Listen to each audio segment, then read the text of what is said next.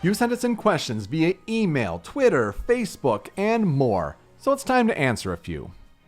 The Darker Eye says, how much does the removal of face petting in Fire Emblem Fates upset you? Not in the slightest.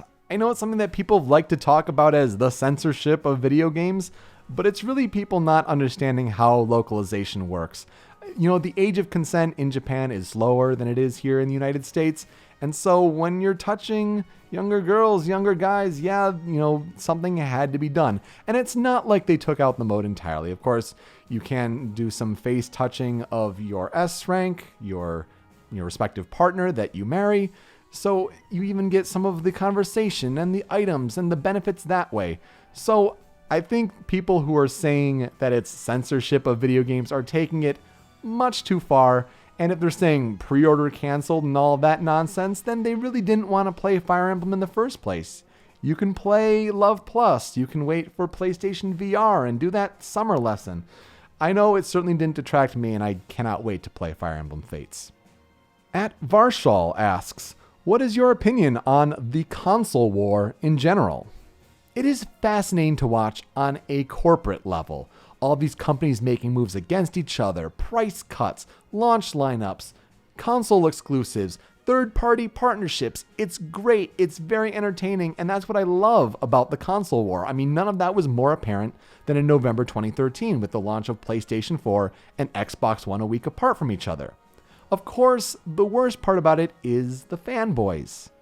Maybe it goes back to the whole idea of when you were younger, your mom or dad wasn't able to get you every single machine. And so you had to stick your loyalty down to one system. And you had to plant that flag. And that was the hill that you were going to die on. So when the age of internet communication came along, you were the keyboard warrior and you had to defend your company because as if they meant something to you and that you specifically meant something to them, which isn't entirely true.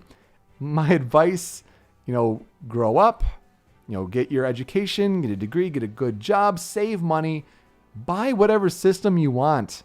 It's real. All the fanboyism stuff, it just goes away when you have every machine. And that's not me trying to brag. It's just I've distanced myself from all that. I'm free. I'm good. I now just get to watch all these companies making their decisions against each other. And I just play games and I'm okay with that. At FangsV says, does Miitomo look like it will be a good start for Nintendo to break into the mobile games market? Well, it certainly wasn't the first game we thought they would make on mobile, was it? Now, Miis are very important to Nintendo, though, especially when the Wii came out. I mean, gosh, I remember that launch night when we had a Wii in college. We hooked it up to a TV, and everyone in our dorm hall, we all just crammed in that room, and we made Miis for everybody. There's like 20 people there, and we made Miis for everyone. That theme will never leave our heads of generations of people who grew up playing the Wii. And so Miis are important, and it kind of makes sense that it starts off, but you'd think Mario game, Zelda game, Pokemon game for a mobile platform, that would make more sense, certainly. So will it be a good start? It really depends on how they monetize the game. How will Nintendo and their partnership with DNA go about changing, perhaps, the face of what monetization of mobile games should be? Because let's face it, it's a scummy practice as it is. And could Nintendo be that face of change to make mobile games be a viable solution and platform for people to play on and not have it feel like they're being whales or money sucks or anything like that? If you're listening to what the rumor mill is saying on the internet, it seems like the second and possibly third games that Nintendo are trying to roll out for mobile platforms, that's where your heavy hitters of their established IP are going to be. So keep an eye out for that one.